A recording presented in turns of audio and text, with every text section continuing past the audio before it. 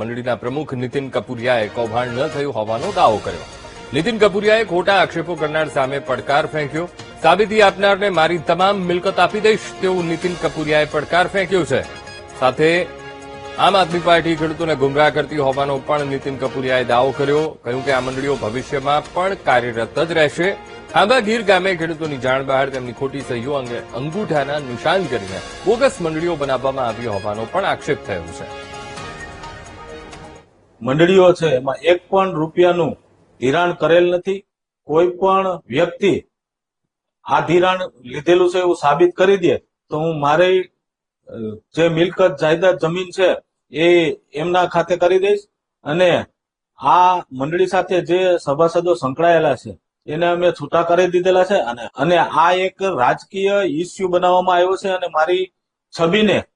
મારી રાજકીય છબીને ખરડવાનો પ્રયાસ થઈ રહ્યો છે. અને આગામી દિવસોમાં આ મંડળી કાર્યરત રહેશે અને અમે ખેડૂતોને લાભ થાય, ખેડૂતોને ફાયદો થાય એવું ખાતર, બિયારણ જે ખેડૂતોને સહેલાઈથી મળી રહે એવી અમારી આગામી વિચાર છે.